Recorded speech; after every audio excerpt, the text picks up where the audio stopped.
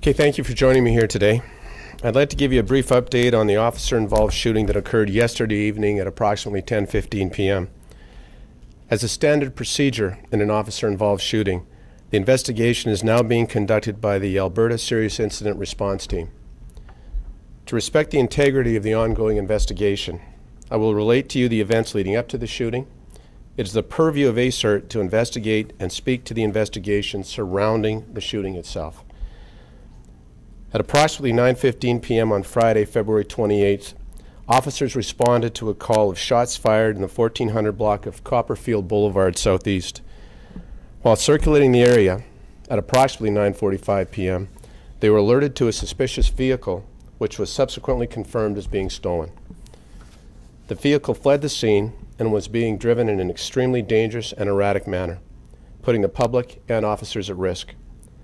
We are aware of at least 2 hit-and-run collisions with citizens that were initiated by the F-350 before it was stopped. The vehicle was also driving on sidewalks and pathways during the incident. Once southbound on Deerfoot Trail, the vehicle attempted to cross a GM barrier to enter the northbound lanes and was unsuccessful. The vehicle then turned and began traveling northbound in the southbound lanes of Deerfoot Trail. At that time, our officers made the decision that the vehicle had to be stopped for the safety of the public, and the vehicle was boxed in at Deerfoot Trail and McKenzie Lake Boulevard. One of the officers immediately exited his vehicle to make an arrest and began challenging the driver. Instead of surrendering, the driver accelerated at our member and began ramming police vehicles in an attempt to escape, putting the officer at risk. Both occupants of the vehicle took actions that our officers clearly saw as being life-threatening. It was at that point in time the determination was made to use deadly force. This resulted in 2 officers discharging their service firearms. 1 man died at the scene, and a woman was taken to hospital in critical condition. No officers were injured. Having reviewed the details of the events leading up to the shooting, I am confident that the officers involved responded as they have been trained to do so.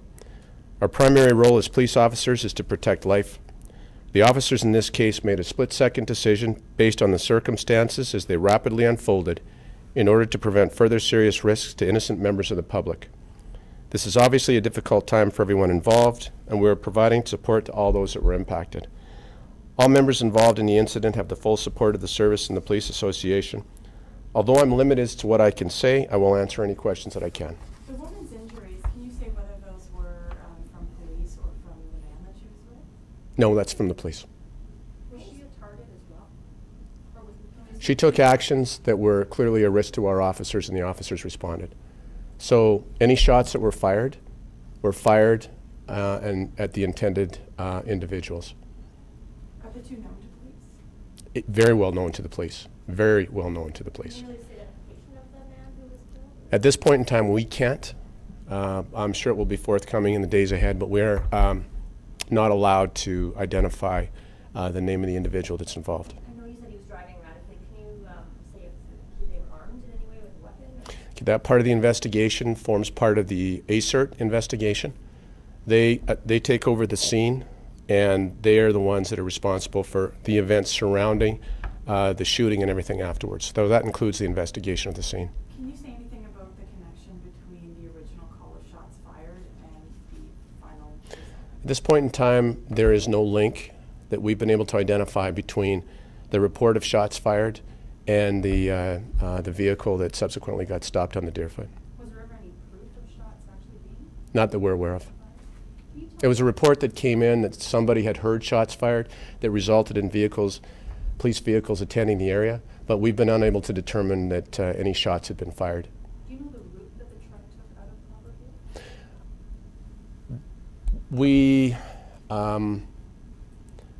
our officers, when the vehicle was identified, was at the point that we began to track its route, but we don't know all the events except when we've observed the vehicles finally at about 9:15, I believe the time was, or 9:45, I should say, and then we were able to track the vehicle from there. Was it like a direct route out of Copperfield? You know what? I don't want to get into the details. I just want to say that there's a lot of driving involved, a lot of high-risk behaviors.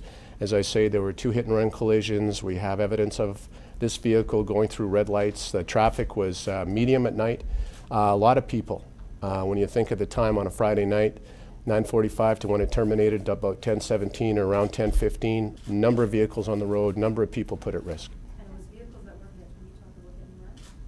It was what? Was it vehicles or what was No, it? it was vehicles, 2 vehicles that were hit. Were there vehicles or? No, they weren't parked, they were moving. Were there any injuries over those certain lines? Not that I'm aware of. Did you say that the truck tried to hit the officers who started? At the scene? Yes. Yes. When the vehicle in question, the F-350, endeavored to cross over the Deerfoot through the GM barriers and was unable to do that, it started to move the wrong way down Deerfoot. At that point in time, police vehicles moved in and tried to box him in. One of our officers got out of his vehicle to effect an arrest, and that's when the F-350 continued to drive at him and ram police vehicles in an effort to escape. Can you say anything about the officers involved in terms of how much time they've? Yeah, both officers are experienced officers from the tactical section. One has over 18 years experience, one has over 12 years experience, and one was involved. One of the officers has been involved in a previous shooting. Is that normal for that to happen, for them to be involved in one? It's not very often that that happens. But given that these members were part of our tactical section, they are the ones that attend all high-risk complaints. Was it a fatal shooting, the other one that he was? Yes, it was. Sorry, was it the 18 or the 12-year? The 12-year member. So moving forward with them, Yeah. are they like on leave now? Yeah, we have a process every time there's an officer-involved shooting. We have a process that automatically kicks into play. They're relieved from duty for 30 days. There's a number of things that have to happen. The ASIRT investigation requires their attention. We don't want them back on duty. This is a very, very traumatic incident for police officers as well. Police officers don't plan on being put in this situation. So there is a requirement that's policy that they're put on administrative leave while the investigation is underway for the next 30 days. So you said this truck was stolen? The truck was stolen, yeah. Did you guys know who this guy was before that? No. No, we found out later. We knew during this event that the vehicle was stolen. It wasn't until the conclusion that we found out the individual is very well known to police. This individual, both individuals, were out on conditions of non-association. They weren't supposed to be even in vehicles, and that are associated to a similar event in another jurisdiction where a vehicle was used as a weapon and charges relate to that effect. Where was that? It was in another jurisdiction. Can you, any update on her condition? You know what? Last I heard she was critical. Was there another possibly robbery event that might have been associated with these two previously and during that night? Not associated to this event. So from the time we became aware of this vehicle to the time that the situation was terminated, we had no information that that vehicle was associated to any kind of a robbery or anything like that. However, as I say, as our own investigation leading up to the event has unfolded, we are very much aware that these individuals have been involved in a great deal of criminal activity. Can you speak to how quickly officers have to make decisions to use their firearms? It's immensely quick. These people had chosen to put others at risk. Imagine yourself driving down the road, minding your own business, and all of a sudden there's an F-350, which as far as I'm concerned is a small tank. It weighs 8,500 pounds. It is a lot of metal going down the road. Imagine that vehicle being driven with no regard to the safety of anybody else. And imagine that vehicle suddenly going the wrong way down Deerfoot, and you're driving down Deerfoot, and all of a sudden you and your family are confronted by this vehicle bearing down on you. When our officers saw the opportunity that they could box this vehicle in before it continued to go down Deerfoot Trail the wrong way, they moved in to contain it and box it in, and one of the officers immediately jumped out, and it was clear that vehicle had no intention of surrendering, stopping, or discontinuing what they were doing. It started ramming vehicles, including aiming at the officer, and at that point in time, the officers made that immediate split-second decision that this had to be terminated. If it wasn't terminated, and that officer, that vehicle, continued to go the wrong way down Deerfoot, it greatly increased the chance somebody innocent was going to die that night. I know obviously an autopsy is pending, but Right. just what you know from the injured woman, are you able to say at all whether you think drugs and alcohol were involved? That would be speculating without knowing that. However, past history would seem to indicate that that's a part of the history of these two individuals. How many police vehicles were damaged? Oh, you know what? That I don't know for sure. How How many are were these at the two scene? individuals related? I don't know what their long-term association would be. I know that they've been associated to each other, but I don't know how long that's been or exactly the nature of it. So how many officers actually fired the weapon? Two, Both attack team, they're both attack team. correct. And the other fatal shooting that the 12-year member was involved in, can you remind us what date or anything like that? It's about 2 years ago, 2.5 years ago, and it was a situation where it was a vehicle was dumped. The two perpetrators went different directions. When one reached a fence, turned around and went at our officer with a screwdriver.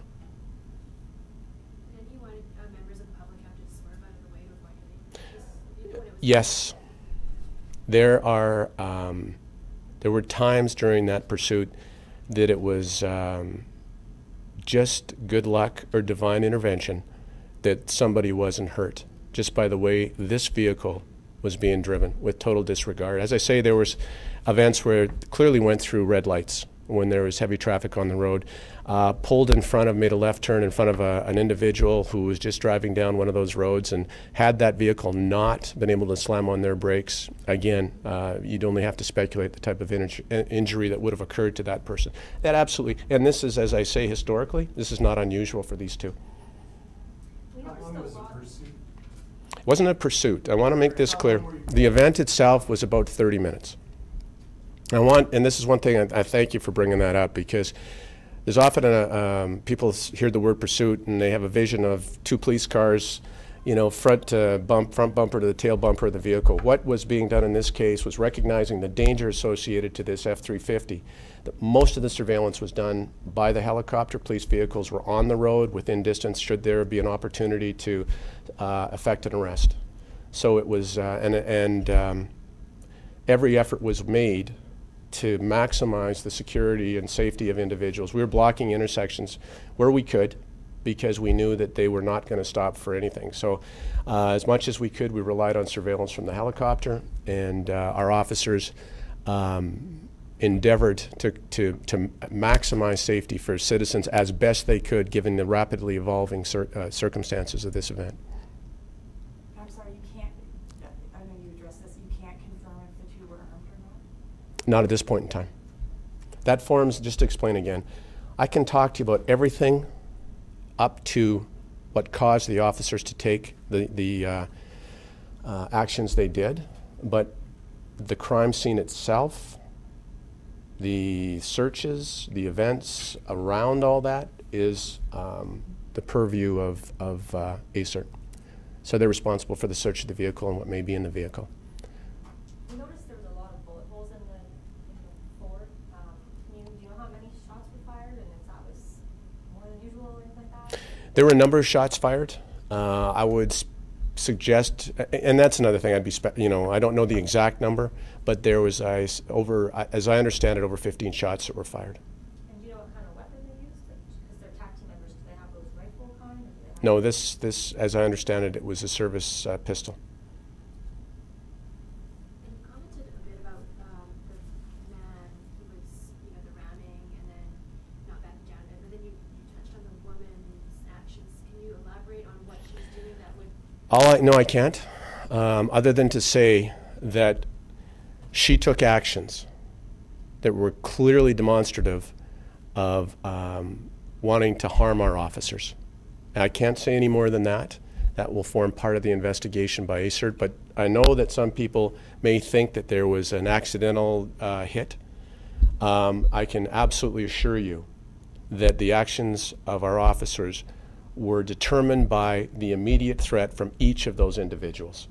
And so it was the male that was driving them? The male was driving. You may have addressed it, but did either of them get out of the vehicle? No. Now you're talking about this in the F-350? Yeah. Yeah, correct. They were inside the vehicle the whole time. going back to the route, can you confirm if the route that that truck took was limited to Copperfield? Oh no, it went well beyond Copperfield. Into what other details? You know what, I don't want to get into the details. If I was to put up a map and we would take 25 minutes and do the route, but I didn't think that was the intent of this. I think that at some point in time, if there's a great interest, then perhaps we could have our public affairs people, map that out. But I can assure you that it went over a great deal of distance. It was not just limited by any stretch of the imagination to Copperfield. You've been criticized in the past for coming out immediately after these incidents by the family members of victims, if we can call them that. What goes behind a decision to come out and back your officers like this? We've spent the morning reviewing the investigation, the facts, videotapes, audio tapes, statements of what actually transpired. We've gone through the events leading up to the shooting, minute by minute, literally. So we know the events that transpired. Like with any event, it's like any major event, you know what happened if you put the time into looking at the evidence leading up to the event. And that's what happened. I'm not going to sit back here and say that I've got to wait 6 months to determine what the events were and whether they were justified. The reality is, I've been a cop for coming up 40 years. When you look at the evidence and the amount of work that goes into bringing the evidence forward, you can make the determination of this. It was caused by the actions of the individuals in that 350. They put innocent citizens at risk, multiple innocent citizens in their own vehicles, driving down the road, just obeying the laws, at risk. They showed total disregard in the F-350 for any kind of consideration for others using the road or police officers. And finally, when there was one opportunity for them to surrender and terminate the event, they did not want to terminate it. They wanted to continue on. These are the facts leading up to what happened. Now, ASIRT has to do their investigation surrounding the shooting, and I totally understand that. But the events leading up to the shooting, I guess people would have to say, would they have preferred the police to have stepped back, let these people continue the wrong way down Deerfoot Trail, or to intervene at that point in time and take action to reduce the risk? Personally, having kids and grandkids and friends that use the Deerfoot Trail, I'd be pretty upset with the police had they chosen that course of action. So the officers, when I say that the correct course of action was taken, I think people have to ask themselves, would they have done anything different, or would they have let those people put innocent citizens at risk? Because that's where this was going. It wasn't going to have an happy ending.